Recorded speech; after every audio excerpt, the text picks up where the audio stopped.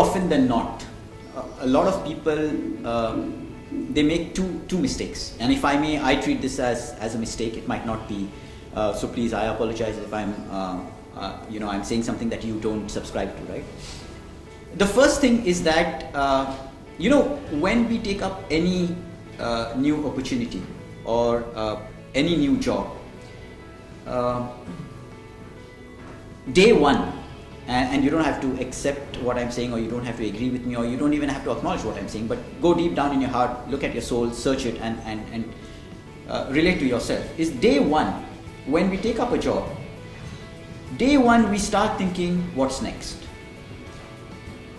Right? So let's say, for example, if I become the head of the corporate bank, day one on in my employment, on my job, I start thinking, how am I going to become my boss's boss?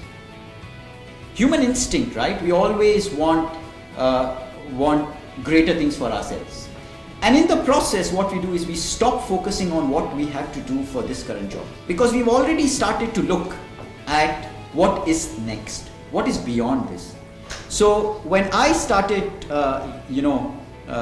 growing up, and I started taking job after job, and started making these career moves, and again I would talk about Ikram because he worked with me very closely. Is Ikram knows, we used to talk about this, we used to laugh about this. I never wanted to be a CEO of any organization, and you know that.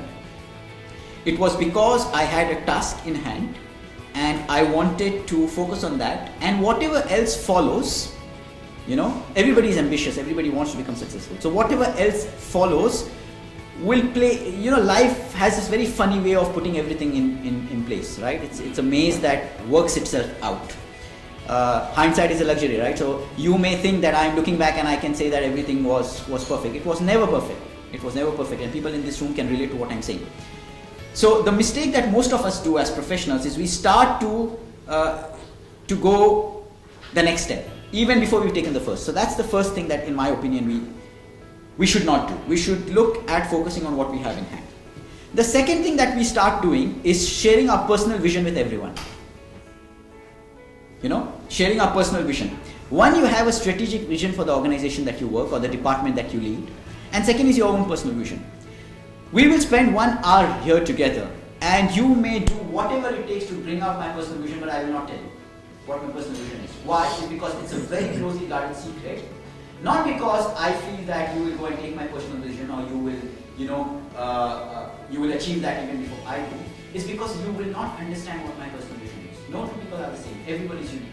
So, a personal vision, in my opinion, is something that you never share with anyone. Not because you don't want to help others, because people won't understand you.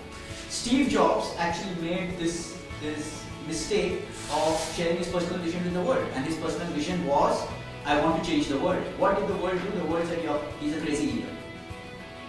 Now, hindsight is a luxury. When you look back at Steve Jobs changed the world, he did, because every one of us today has an Apple product, right? He completely changed technology, but he made the mistake of sharing that personal vision with people. So my advice would be, one, focus on the job that you have. Let life actually, try and put things together and pave its own course.